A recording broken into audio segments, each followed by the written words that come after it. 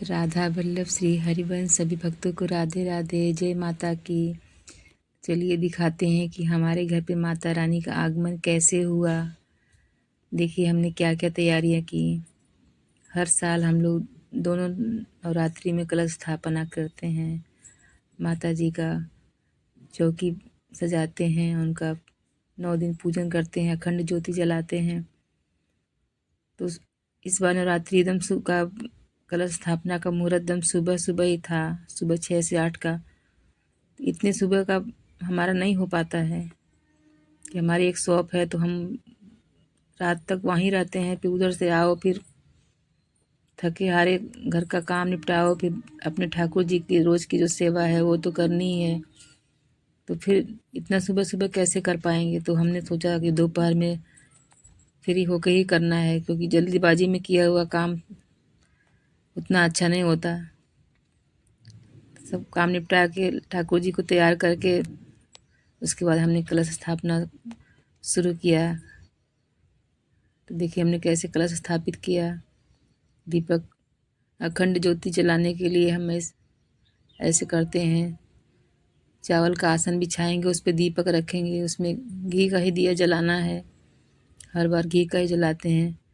कलश में क्या क्या डालना है, सिक्का, सुपारी, लौंग, इलायची, देसी कपूर, थोड़े से अक्षत, पुष्प,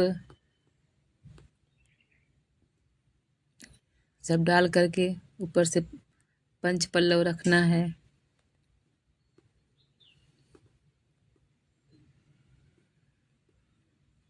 आम के पत्ते को हमने अच्छे से धो के साफ करके उस पर भी सिंदूर से टीक दिया है।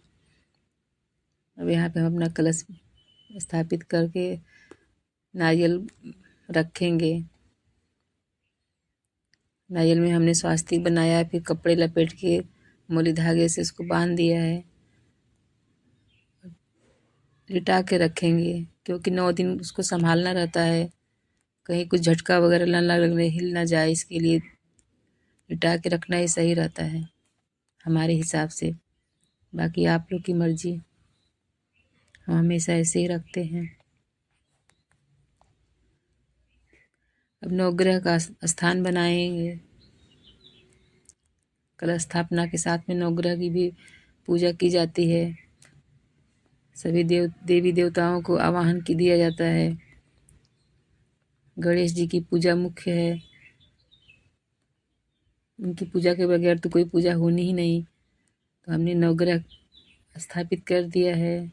चावल का आसन दे करके सुपारी से नवग्रह बनाया। गौरी गणेश को भी हमने विराजमान कर दिया है। ये हमारे मंदिर के गणपति बप्पा हैं, और ये हमने मिट्टी से गौरी जी बनाया है। हर दिन मैं उनकी पूजा करती हूँ।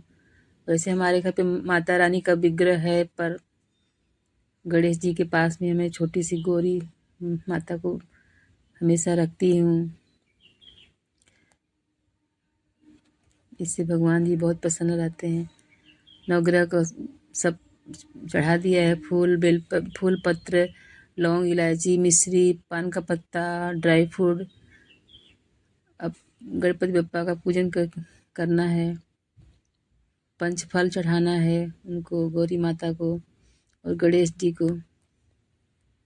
जो भी यथासंभव आपके पास है आप चढ़ा सकते हो। हमने 5 फल मंगाए थे, एक एक करके उनको चढ़ा करके साइड में रख देना है। गणेश जी को दुर्वा जरूर अर्पण करना चाहिए। उनको जनेऊ और वस्त्र के रूप में हमने मूली धागे का टुकड़ा चढ़ाया है, क्योंकि वस्त्र पहना के इधर पूजा नहीं हो पाता। मंदिर में तो हमेशा हमारे गणपति बप्पा वस्त्र धारण करके ही बैठते हैं।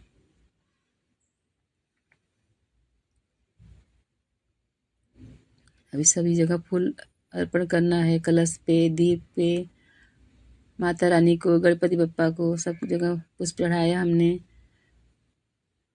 अब हम जौ का ज्वारा बोएंगे। इसमें हमने पहले थोड़ा सा चावल और फूल रखा है, ऊपर से मिट्टी बिछाई है, ऊपर से जौ फैला दिए हैं। अच्छा से दबा दिए हैं। अब इसमें थोड़ा पानी का छींटा मारेंगे, ज्वारा सींचने बोलते हैं इसको।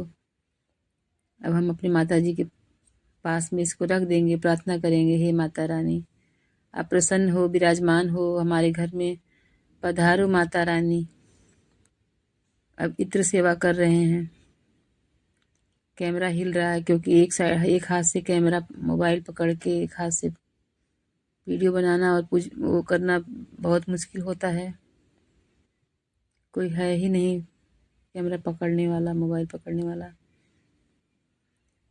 प्लीज़ माइंड मत करिएगा, वीडियो देखिए कृपया। अब हम जा रहे हैं पूजा करने। पहले हम पाठ पढ़ेंगे, चालीसा पढ़ेंगे, उसके बाद आरती करेंगे, फिर उसके बाद दुर्गा सप्तशती का पाठ स्टार्ट करेंगे।